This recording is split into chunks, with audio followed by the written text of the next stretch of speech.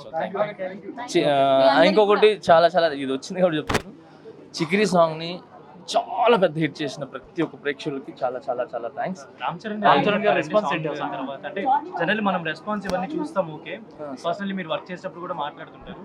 ఇంత ఇంత big success అయిన తర్వాత ఆయన ఏమైనా మాట్లాడారు అంటే మిమ్మల్ని నమ్మి ఈ సాంగ్ మీకు ఇచ్చారు కాబట్టి ఆయన ఏమైనా చెప్పారు, మీరు షేర్ చేసుకున్నారా సాంగ్ గురించి? Especially almost 150 million in all language sir. 3 రోజులే తీసాను, ఇంకో 2 రోజులు తీయాలి సాంగ్.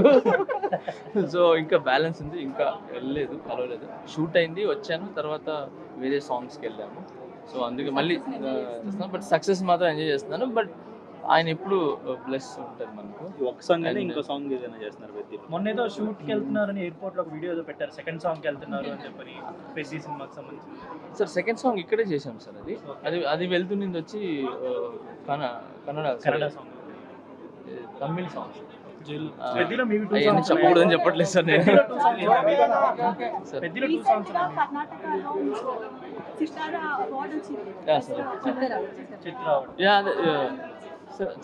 కర్ణాటక పీపుల్స్ ఎప్పుడు కన్నడ పీపుల్స్ అయితే నన్ను ఎప్పుడు గుండెలు పెట్టుకుంటారు.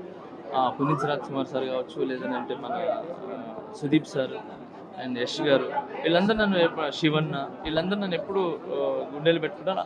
మెయిన్ కర్ణాటక పీపుల్స్ మొత్తం, అదే మన కన్నడియన్ మొత్తం నేనంటే ఫ్యామిలీ ఫ్రెండ్ లాగా, అంటే ఇంటి పిల్లోళ్ళలాగా చూస్తారు. సో అందుకే అక్కడ నాకు ఎక్కువ సాంగ్స్ కానీ ఇది కానీ ఎక్కువ ఆదరణ ఉంటుంది. అలానే అక్కడే కాదు, అన్ని ప్లేసెస్లో ఉంటుంది. సుదీప్ సార్కి అయితే చాలా థ్యాంక్స్.